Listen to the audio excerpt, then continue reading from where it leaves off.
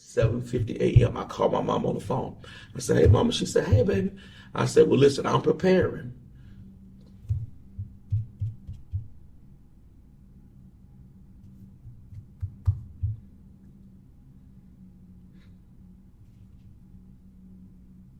I said, I'm preparing to bring you home. Like at the hospital bed, everything, to bring you home." And she said, "Yeah." She said, "Son, because I'm ready to come home." She said, "I'm ready to come home." Not knowing that she wasn't coming home to me.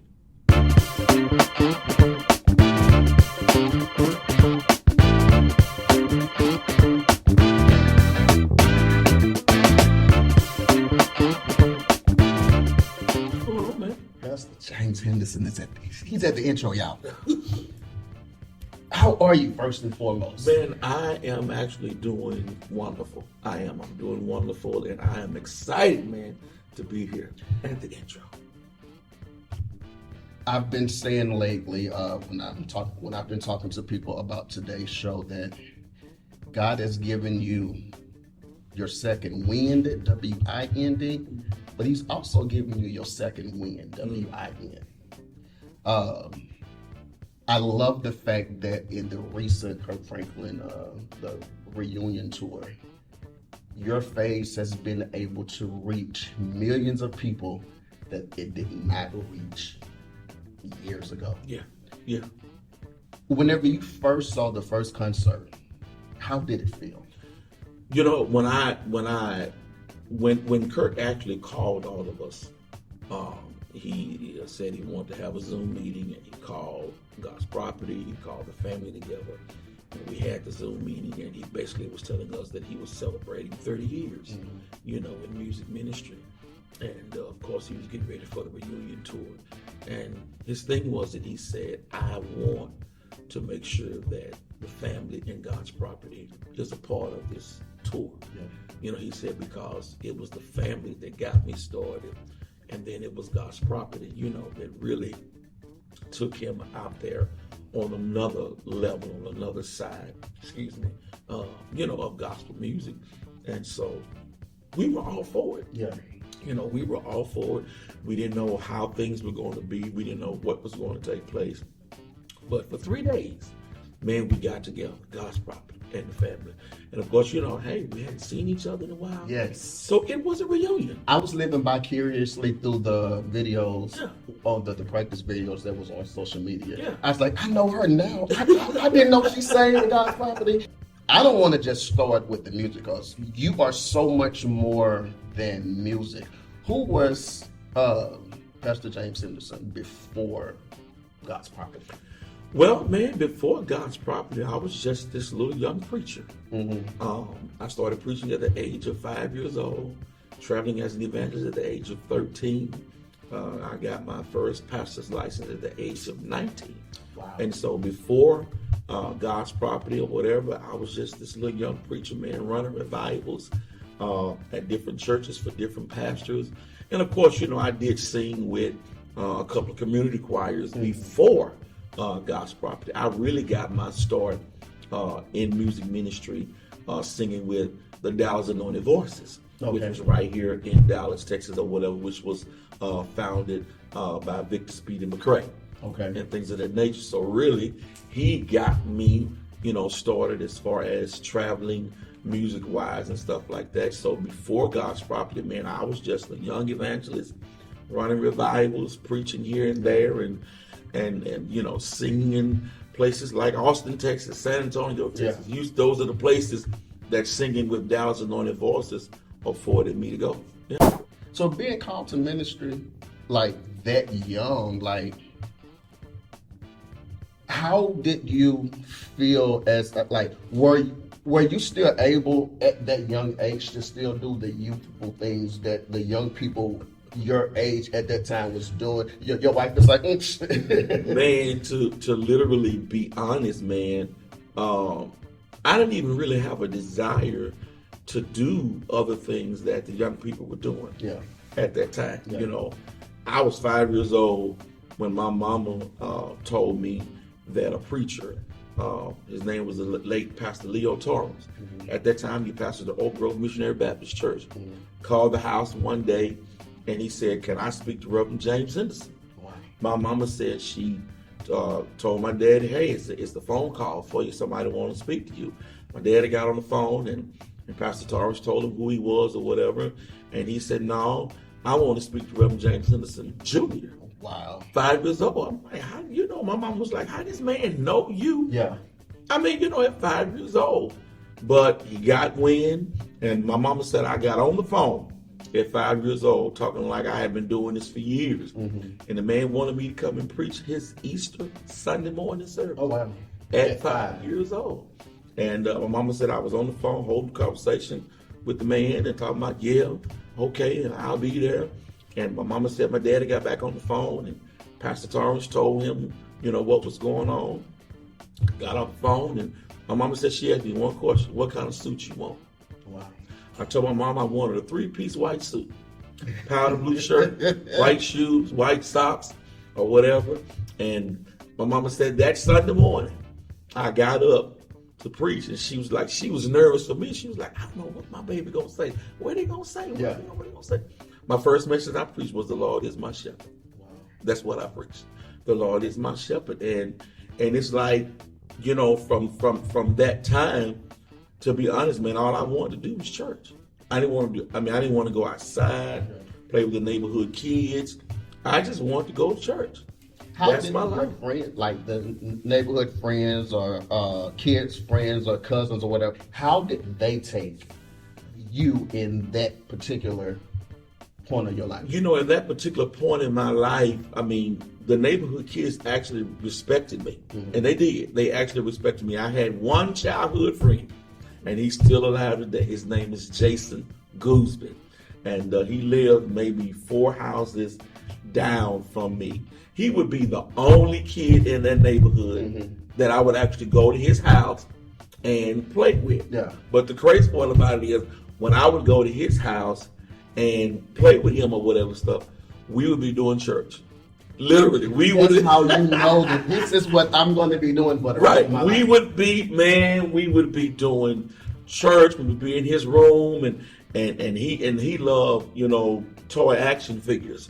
So we would set up these toy action figures as the church and as the choir, as the praise team or whatever stuff, and he would actually start singing and things of that nature, do the announcements or whatever, A whole church service. and then come and introduce me as the preacher. And I'm in his room or whatever preaching to the toy action figures. So and the other kids, like I said, that of course dealt with the neighborhood, they respected me because it was like, hey, this is what he is. This is who he is or whatever stuff. I didn't. It's not that I didn't, like the other kids. I just didn't go outside to do the kind of things that they wanted to do. So would you say that you've always had an old soul? Always. Yeah.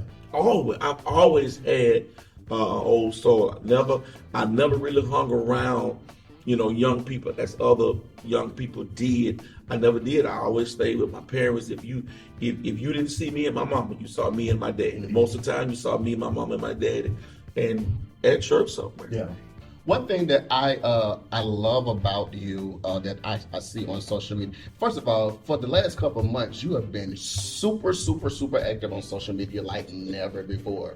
And the good thing about that is, for people who only had the opportunity to see you as the pastor or as the man of God, you're giving the more human side of you now. And I admire your transparent moments. What got you comfortable with being able to say, I know how people see me, but this is who I really am? Because, sometimes I believe we spend so much time trying to be church. We spend so much time trying to look the part that sometimes people need to see that side of you that says, hey, I'm anointed, I preach, I lead praise and worship, I do this, but I'm human too. I go through too. And a lot of times when people see and know, hey, you went through this, you went through that, but you're yet doing this. It makes them feel, more. It causes them to cause them to respect you more, and it causes them to see you as say, hey, yeah, even though he's anointed, even though he's sung with Kirk, even though he's sung More Than I Can Bear, he's still human. I tell people all the time, 1997 is when the CD came out. My voice went out first. Not saying that people never saw me actually sing the song, because God's Property, of course, we travel with Kirk and stuff like that. But the thing about it is that what people don't understand is, hey, when you come off those moments, there's a reality that you go back to. That you go back. You know what I'm saying? There's a reality that you go back to. It was one of them. Like I said, it was one of them because it was two songs that Kirk wanted to feature on the tour from his. And Kirk's penmanship is amazing. It's ridiculous.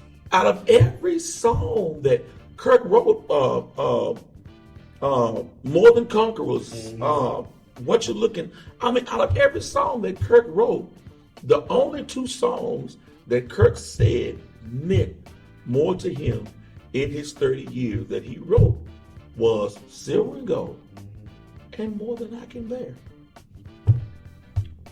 I'm sitting here, I'm like, we're on the Zoom, and I'm like, really? Yeah. And so and this is what I'm saying, man, I literally had no clue that when we recorded, the More Than I Can Bear, video for the tour, whatever the case may be, I had no tour. I had no clue that video It's the one that's to be used. was going to be the one that was going to be used on this entire tour. Yeah, because I remember seeing in a lot of the videos whenever you all were practicing or singing, y'all done a lot of songs. Yeah. So for that song to be the picked out song, that meant a lot because, like you said, I don't know one song that Kirk Franklin has been involved in that has not been ranging even before whenever he was just doing music with choirs that had nothing to do with the family and God's property. So I think that for me to say that he would pick a song where you are involved and knowing some things that you've been through from what you share on social media. Did you relive any of the moments? Because I told you before the interview, I feel like this is for me. I admire the way you dealt with the passing of your mom. I still haven't dealt with the passing of my dad. How did you do it? Man, here's the deal. My mom's death was unexpected. We did not expect it, period. I was still dealing with my father's passing. My father literally prepared us for his passing. We knew, be honest with you, the day that my father thought he was going to pass was April of 2021. By his bedside, he said, call this person, I want to see this person, And that particular day, everybody that he wanted to see, I called over to the house. They were at the house. Everybody he wanted me to call, I called them on the phone. So he could tell them I love y'all, and he was like, I'm getting ready to leave here. And that's just what he felt. Yeah. And he prepared us. But even that particular day, my father did not pass. May 1st, 2021, it was a Sunday morning. My mama got up and she went to church. And it was that day when she left to go to church. While she was at church, I stayed at home with my father. And we watched church online that particular Sunday. And the only thing I remember him saying was, when I go, I want to be holding your hand. I want to be holding your hand. And so that particular Sunday morning, was sitting by his bed or whatever the case may be, and he did this.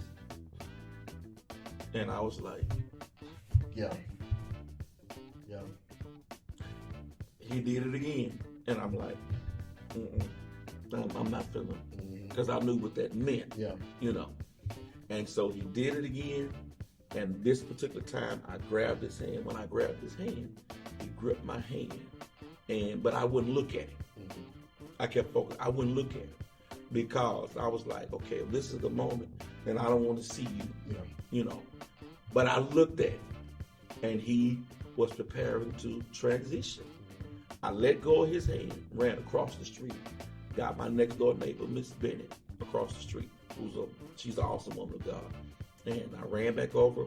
She came back in. When she came back in, I was holding his hand. She walked in the door. This is what she did. She looked up. She spoke in tongues. And she said, yeah, he's leaving this time. I held his hand, you know. And so his death, I was fine with because he prepared. I'm be honest with you. If you had called me on the phone and prophesied to me and told me that I was getting ready to lose my mom 6 months later, I would look you in your face and told you missed God. Wait, 6 months later? 6 months later. My dad passed May 1st, 2021. November the 22nd in the same year, 2021, my mom passed. I had came down with COVID. While I was coming through COVID, she had got COVID or whatever the case may be. She went into the hospital. She was in Baylor Hospital for a whole week. Monday, November 22nd at 7:50 a.m., I called my mom on the phone. I said, hey, Mama. She said, hey, baby. I said, well, listen, I'm preparing.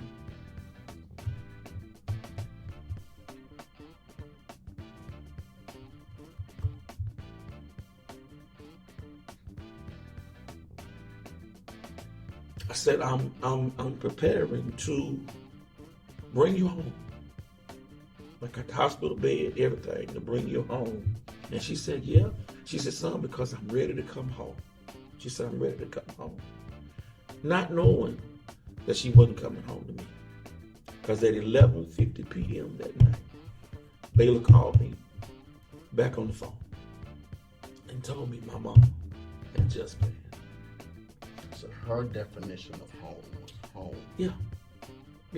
Her definition of home was going home to be with her mom. Because I didn't know that she was missing. My mom and my dad had been married for like 40. At that time, it was 46 years. Wow. They met December the 1st, 1975. They got married December the 3rd, 1975. And they've been married for 46 years. And her definition of going home was not to come back home with me. And I'll be honest with you, man. I'm going to tell you something. How I have dealt with it, I just kept going. Literally. I have literally kept going. I've had my moments. Because that night that I left the hospital, I got back home, I sat on the side of my bed, and I screamed. When I say I screamed, I screamed that night. I screamed that night. And that night I screamed, and I took my hand, and I did like this to God. And I said, God, you're going to have to hold me. You're going to have to hold me in this. And I'm telling you, that's how I've been able. I just kept pushing. Why do I feel guilty? Because I have not been able to break. I have not been able to cry. I have not been able to scream. And I guess I feel bad because I'm like, this was my homie. Like, anytime she would come in town, the last meal she cooked for me, I woke up one morning, my breakfast, keep in mind, I'm from Mississippi, so you know what I'm about to do. My breakfast was fried chicken, macaroni and cheese, collard greens and cornbread. Are you serious? Oh, God. I'm like, Mom, what's this? It's like 8, 9 o'clock in the morning. Wow. First of all, why are you woke? Wow. So, like, for me, because we had that relationship, I felt like I should feel something or a different way, but like, I haven't been able to be that person. So seeing how you were able to maneuver through all of that, I was like, that's strength. And that's not strength that you see every day, because you have to be built from something that nobody else has to go through it and continue to walk. Because I'm not gonna lie, I was pissed. I was like, again, unexpected. We don't even know how my mom passed. So I was pissed. I was like, God, you took the homie. Like the person I can call at 3 o'clock in the morning, and she'd be like, what you want, son? I'm like, no, that's what to call me. You took that. Yeah. So what do I have now? But watching you maneuver, and it done something for me, and it always made me want to sit down and talk with you, because at that point you became my blueprint of how to deal with it. So I thank you for that transparency, because we're talking about strength. Yeah, man, that's a strength that people don't understand that God gives. It's like, man, all hell could be breaking loose around you. All turmoil could be happening and taking place. And it's like, people think you ought to be freaking out. You ought to be in a corner somewhere, losing your mind. Yeah. And it's like, how is it that he's doing this?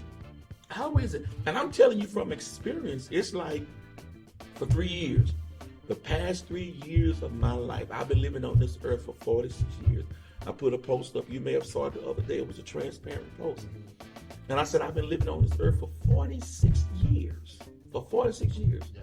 But the past 3 years of my life, from 21 to 23, have been adjustment. Adjusting to this, getting used to this, getting used to this. I mean, it's like, what do you do when the people you could fall back on, you can't fall back on them no more? What do you do when the people that were your strength, when you didn't have strength, you could lean on them, or when you needed to talk, you could go to mama, and mama just she may pat you, yeah, but she like, let me tell you something now, yeah, okay, yeah, what you did, yeah, was your fault. You did it. Now you got to. What do you do when it's like, I can't call mama on the phone, I can't text my mama, I can't go and say, mama, I need $50. Yeah. I can't. What do you do when the strength that was there is no longer there?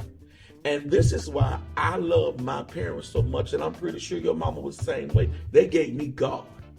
Yes. And I'm not trying to be deep, but I'm trying to be real. They gave me God. Yeah. They gave me God in such a way that I know how to have pressure on me and still trust God. Yeah. I mean, I can be transparent right now. Man, listen, I started a new job for Dallas Independent. Congratulations. Thank you, man. Started a new job. So, with DISD, you get paid once a month. Yeah. So it's like, wait a minute, hold on. I ain't used to getting paid. Yeah. Once a month. Man, every bill in my house was due just a day ago. Mm-hmm. I wasn't supposed to get a check this week. I wasn't supposed to get my first check until the 27th of December. And I was sitting there saying, God, I'm going to get these bills paid. Well, guess what? I can't pick up the phone and text mama and say, hey, can you let me borrow $500 from your Social Security or your retirement? Yeah. Or she would have done it, but she going to be like, but I want my money back. You're going to give me my money. Yeah. I couldn't do that. Yeah. I had to trust God. That's what I did. Can I tell you, sitting there talking to you, every bill is paid. The check that I was supposed to get on the 27th, I was sitting at work, at school, in my spot. And I'm always checking my account because I'm always believing God for something to be, and then it wasn't in there.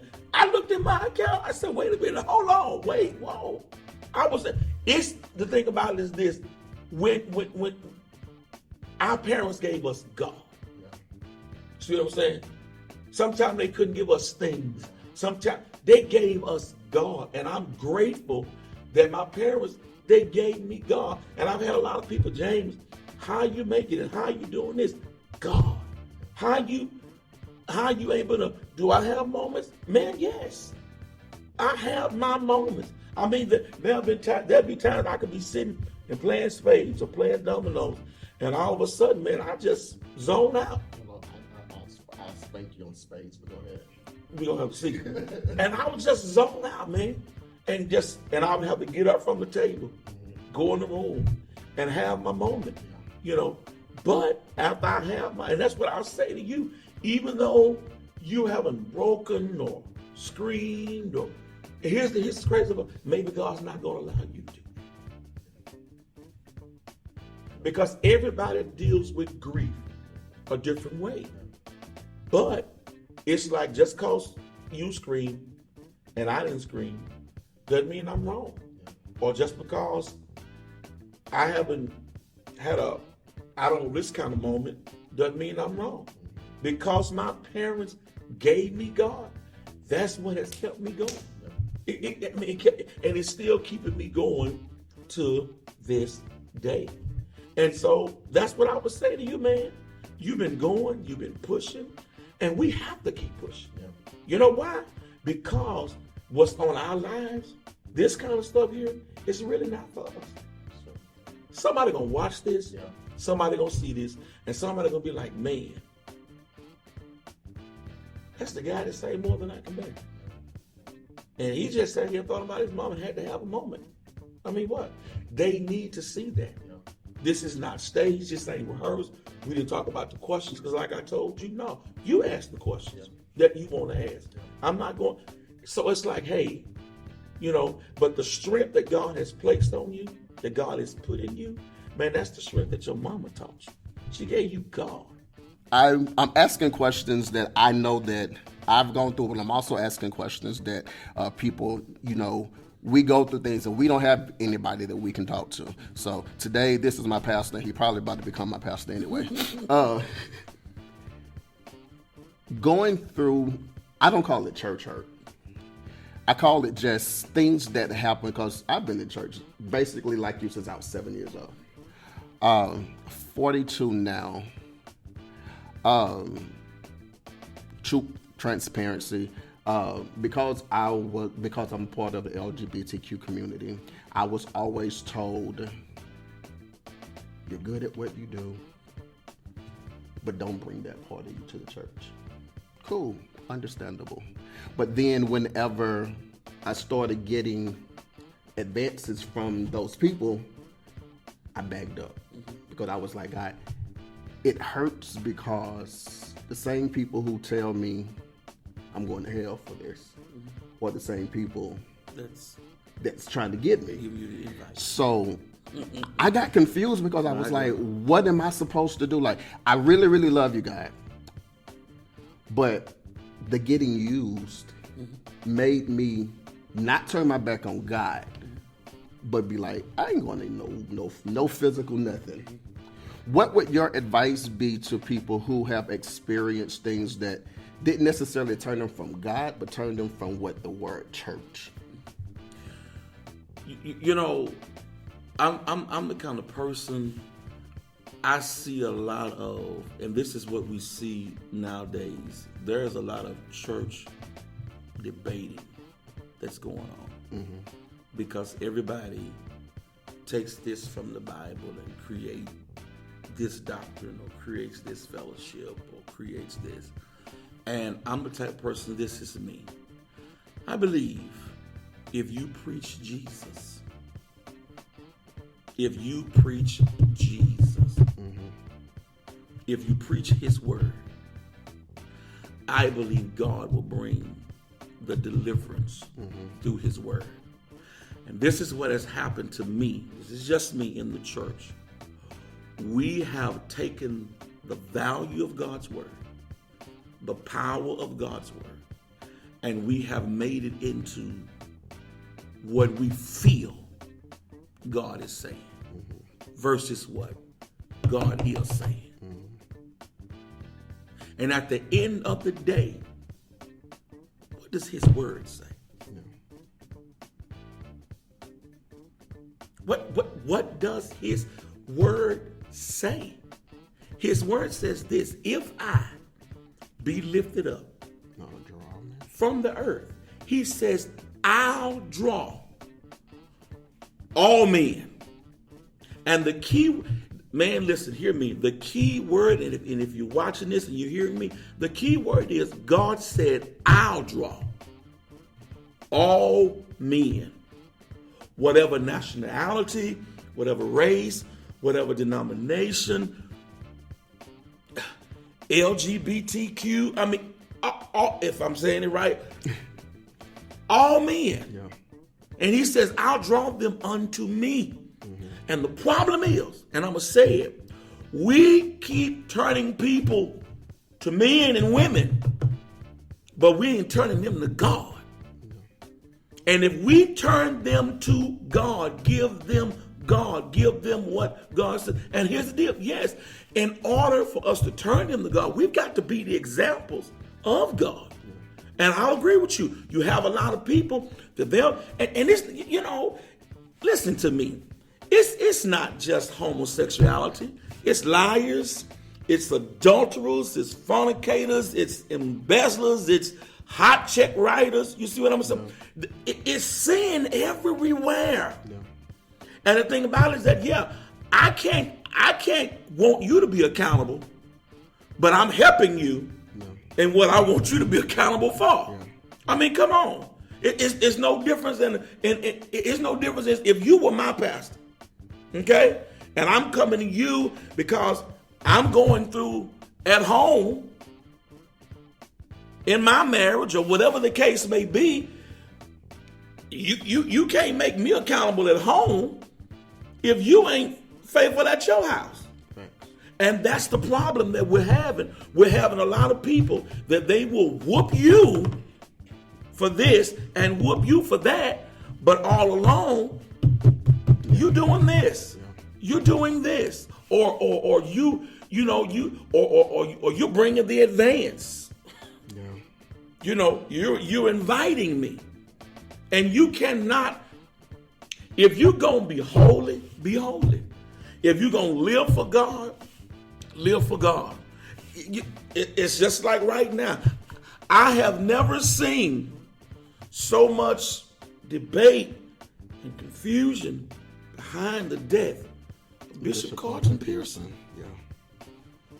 Yes, I get it, because the church is going to stand up for what the church believes. Mm-hmm. That's just like the world is going to stand up for what the world believes. But at the end of the day, those that's going to celebrate him, celebrate him. Mm-hmm. Those that's not going to celebrate him, I mean, the man is dead and gone. Yeah. And we're still having debates on this and that and this and that. And it's like, again, the church now says, here the church go. Yeah. Fighting each other, bickering each other. I mean, going at battling with one another or whatever the case may be. And so my thing is, man,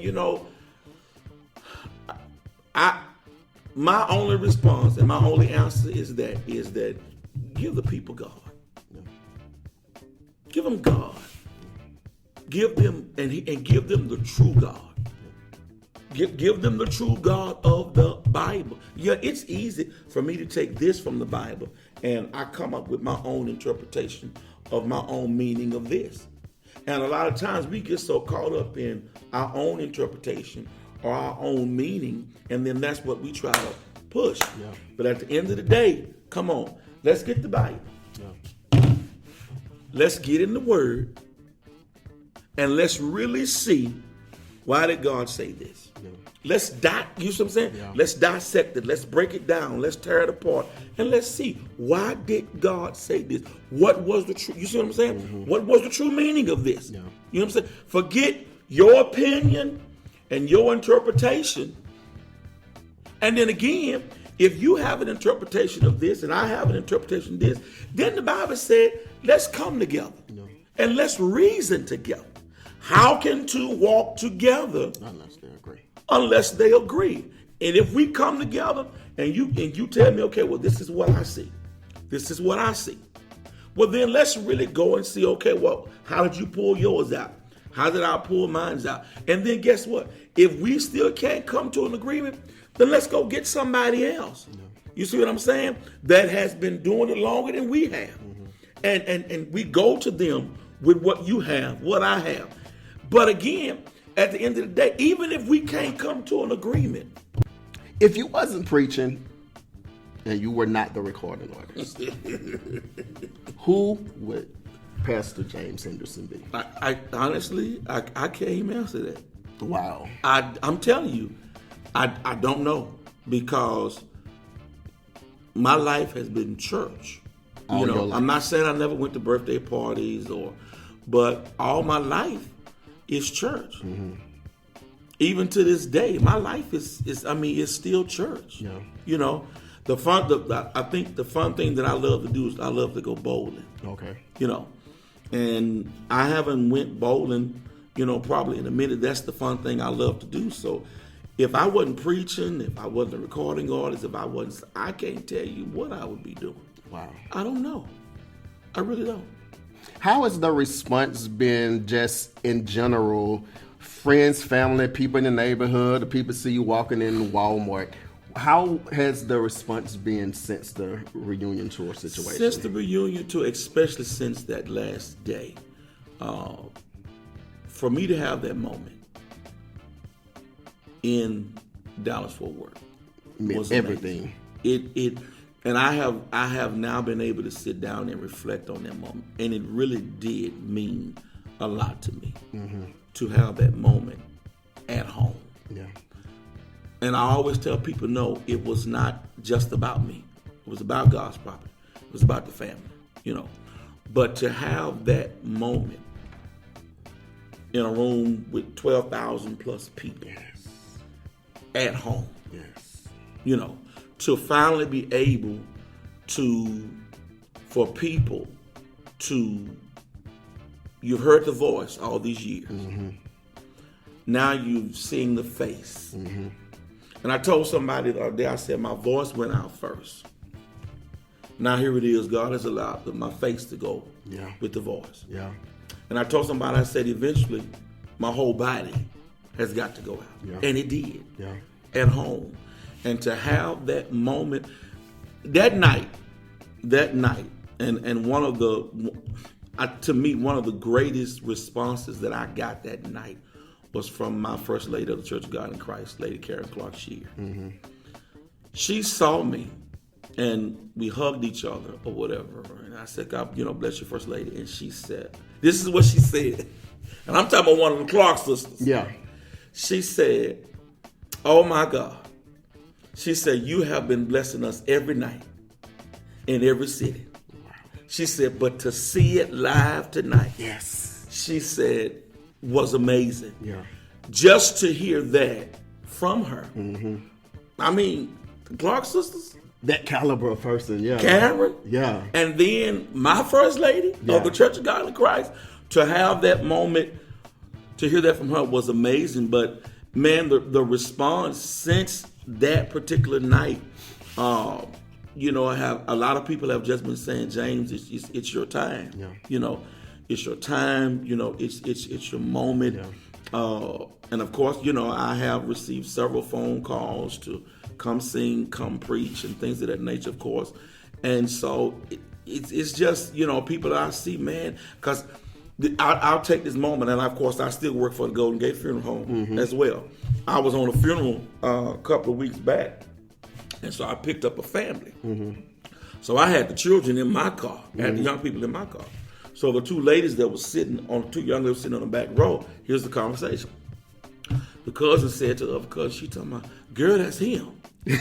And so she was like, you think so? And she was like, that's got to be him. Because it just looks like him. Yeah. And so the other cousin was like, well, won't you ask him? Girl, I'm not going to ask him that.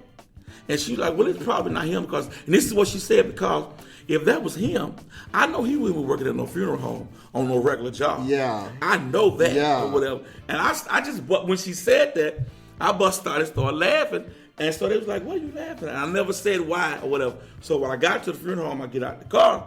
When I get out the car, go around to let them out. This is what I see. Their phones are up. And they're actually looking at the video. And they're saying, that is him.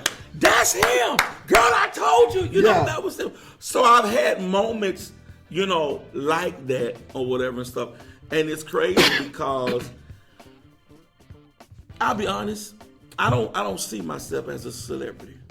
I just don't. I keep my mindset in the mind frame of I'll let people see me how they want to see me. You know, if they want to see me as a celebrity, okay. If they want to see, that's that. I'm fine with that. But for me, and it goes back to my parents, I don't let it get to me. Yeah. I keep my mindset in the mindset is I'm a servant. Yeah. And that's not me being deep or holy. No, that's just what it is. Yeah. Because my parents raised me like that. And no matter how much God blesses you, don't let it go to your head. Yeah. Because if you let it go to your head, then you'll think it's you and it's not God. You know? That's that. To me, it works for me to stay that way because I've seen so many people that when they get a moment, and I'm gonna say when they get a moment, then they feel like, oh, I've arrived now. Yeah. You haven't arrived. You haven't. I don't care how great of a moment you get. Yeah, you arrived. You just arrived to this moment. Yeah. See, but after this moment, yeah, the moment was great, and the buzz was strong. The buzz is still strong. But I tell people, when Friday night was over, guess what? Yeah. I got up the next morning. I put on a black suit, a white shirt, and a black and gold Golden Gate tie, and I went to work. Yeah. And I preached a couple of funerals that day. I went to go see, you know what I'm saying? Yeah. I didn't, have the moment, and next thing you know, I'm in the Bahamas on the beach. Just would have been nice. Yeah. But I didn't. I had the moment, but after the moment, God allowed me to arrive to the moment. See what I'm saying? Lord have mercy. He will allow you to arrive to the moment, but you can't take that moment and make it seem like, oh, now I'm all of this. Yeah. Because guess what? There's another moment after that. Yeah. There's another moment after that. I need somebody to hear me right now. There's another moment. I'm going to preach it. Write that down. I'm going to preach that somewhere. It's another moment after this. Yeah. It's another moment after this. It's another moment. So I can't let this one moment make my head explode like, oh, I done arrived. Yeah. I think I'm all of this. Yeah. I think when I get off this interview with you, guess what? Somebody asked me to come play Santa Claus. Yeah, I love it. I'm gonna leave from you in a few minutes and head my way over here to this toy giveaway and be the best. And put on this red. Hope this suit they got fit me.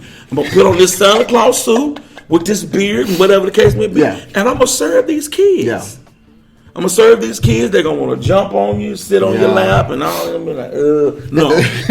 You see what I'm saying? Yeah. Here's the deal. I arrived to the moment for the finale show. Here's a moment for me right now. Yeah.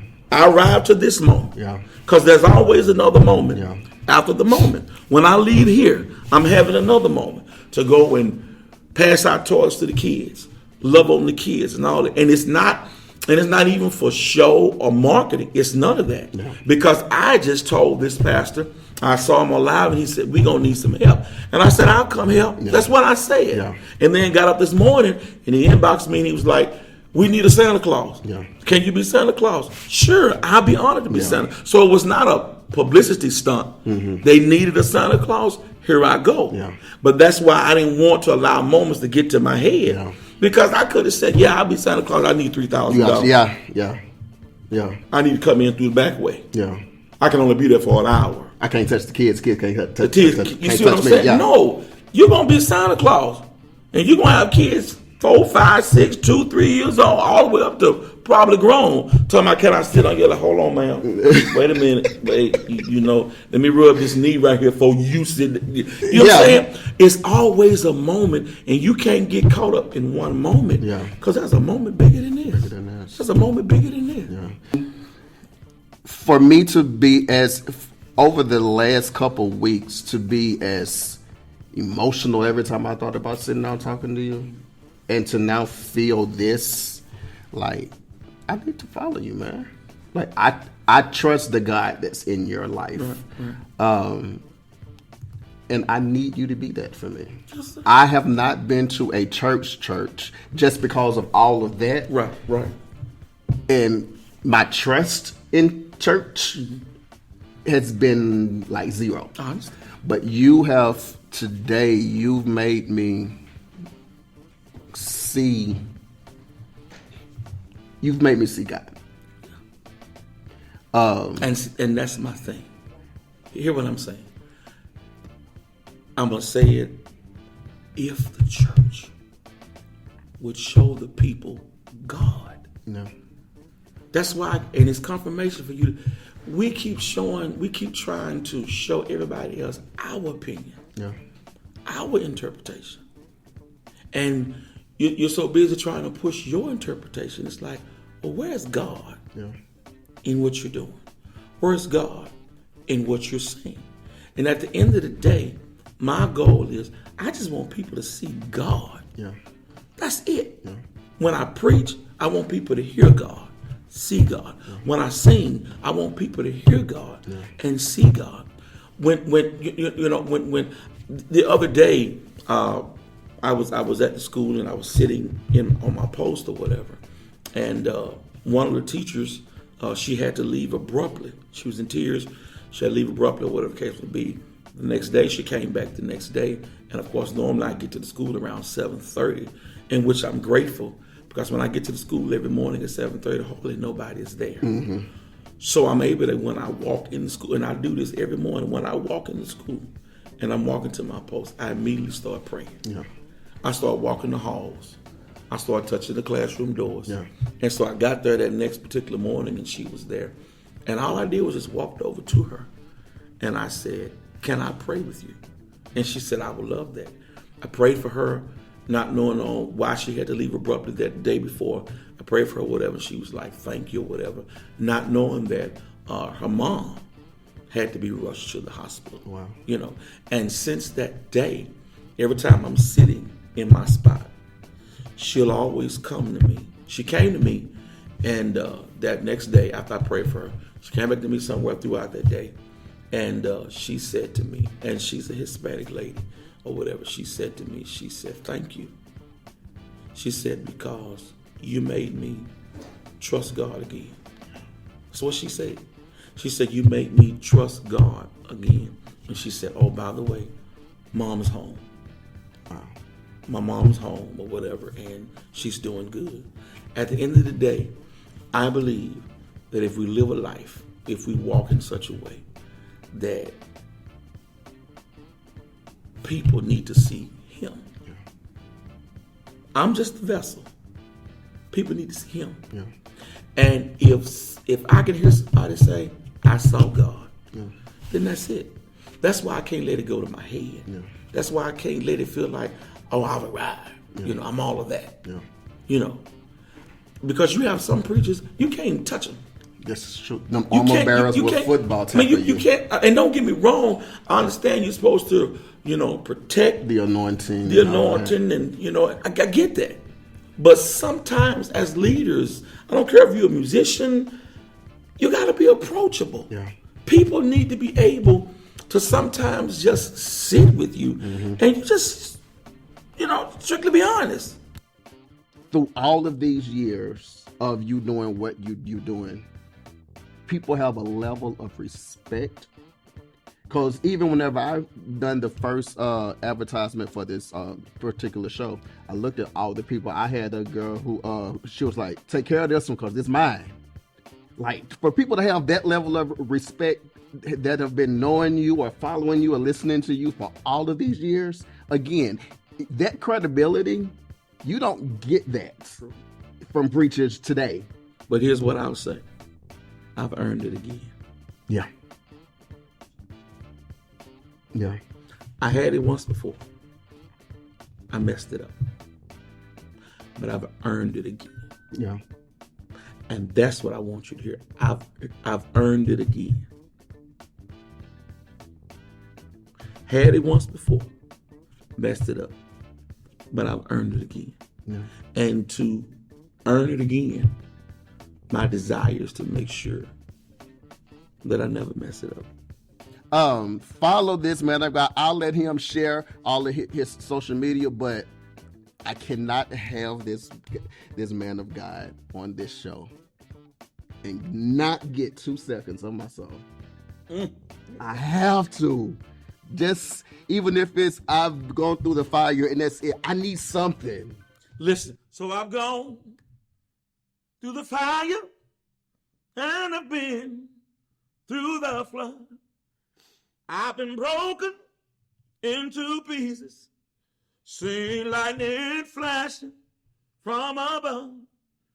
But through it all, I remember that he loved me and he cared, and he'll never put more on me than I can bear. You better harmonize with me. Take us out with prayer, man of God. Father, I thank you. I honor you. I give you praise. I give you glory. God, I thank you for this time. I thank you for this moment. I thank you for this day. Father, somebody that will listen to this, somebody that will see this podcast today or hear this podcast. Father, I pray, God, that it will change their lives.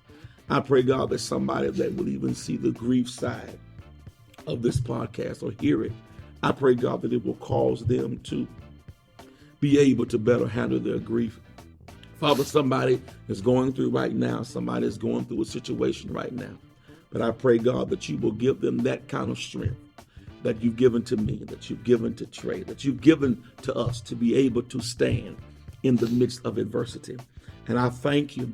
And Father, I pray, God, that you will continue to bless the intro. I pray, God, that you will open up more doors for Trey. I pray, God, that you will open up more doors for the show. I thank you now, God, for the people that he shall bring to this show in 2024, for the lives, God, that shall be changed through this show. And I pray, God, that everybody that comes through this platform will be transparent, will be real.